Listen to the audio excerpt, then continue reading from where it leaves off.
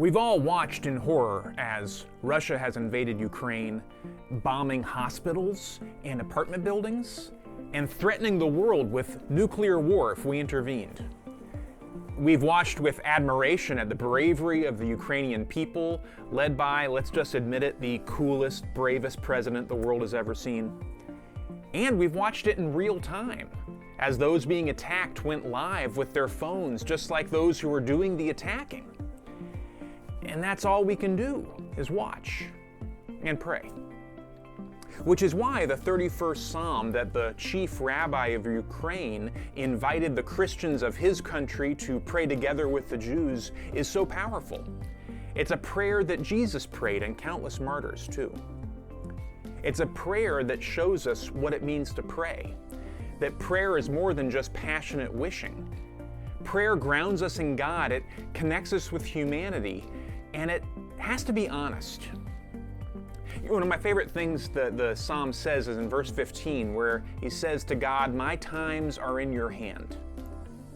My times are in your hand means that the world events that determine our lives are in the hand of God. We don't get to choose what's happening in the world during our lifetimes. If we did, we wouldn't have chosen the last few years. But it's not up to us. The world events that affect our lives, we don't choose them. They're in God's hands. But thankfully, God cares. It says, "My times are in your hands. Deliver me from the hand of my enemies and persecutors. Let your face shine upon your servant. Save me in your steadfast love. Do not let me be put to shame, O Lord, for I call on you. Let the wicked be put to shame. Let them go dumbfounded to Sheol," that is, to death.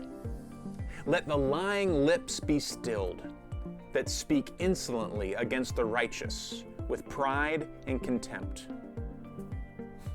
You know, if you ever don't know how to pray, you can always start with who you'd like God to kill first. Don't worry, He won't do it. I know from experience. It can be very disappointing. But this is how honest we should always be in prayer. God isn't interested in the fake, holy version of you. God wants the real thing. And there's a broader point in these verses as well. The misery in the world isn't necessary.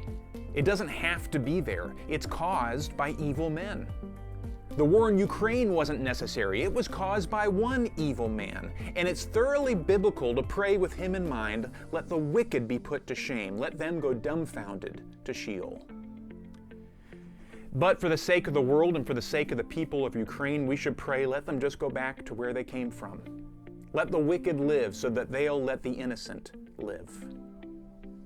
That's my prayer for Ukraine today, and my prayer for you and me is the last verse of the Psalm. Be strong and let your heart take courage, all you who wait for the Lord.